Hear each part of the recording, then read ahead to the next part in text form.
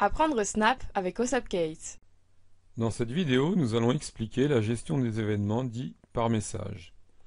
L'idée est qu'un script donné puisse activer l'exécution d'un autre script quand il le souhaite. Pour illustrer cela, nous allons partir du petit défi suivant.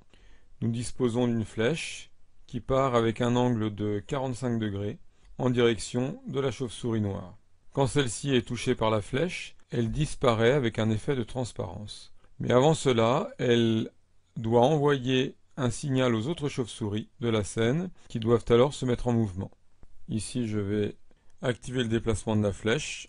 À partir du moment où il a touché la chauve-souris, toutes les autres chauves-souris se sont mis en mouvement.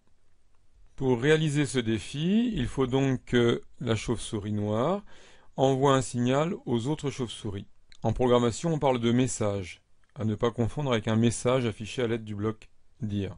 Dans notre cas, il s'agit de messages internes au programme que l'utilisateur ne peut pas voir. Il s'agit donc bien plutôt d'un signal auquel on donne un nom.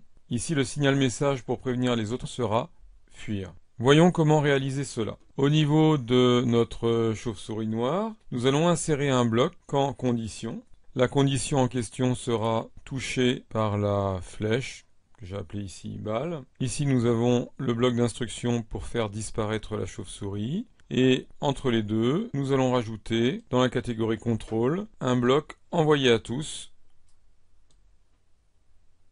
Et ici, le signal message sera fuir. Donc on crée un nouveau message. Voilà. Au niveau de toutes les autres chauves-souris, il suffit de rajouter un bloc quand je reçois le message fuir juste avant le bloc d'instruction permettant de réaliser cette fuite. Donc il faut faire ça pour chaque chauve-souris.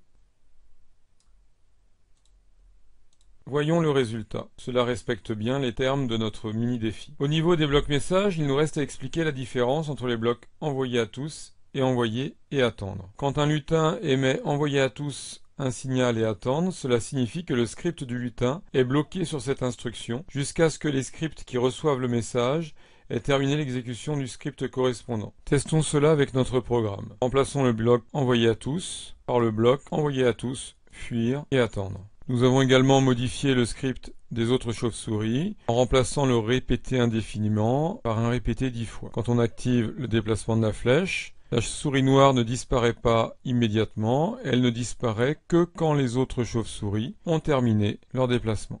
Pour terminer, notons qu'un message est destiné à tous les lutins, mais seuls ceux qui ont un bloc quand je reçois le prennent en compte. Enfin, l'envoi de message peut se faire entre les scripts d'un même lutin ou entre les scripts de différents lutins.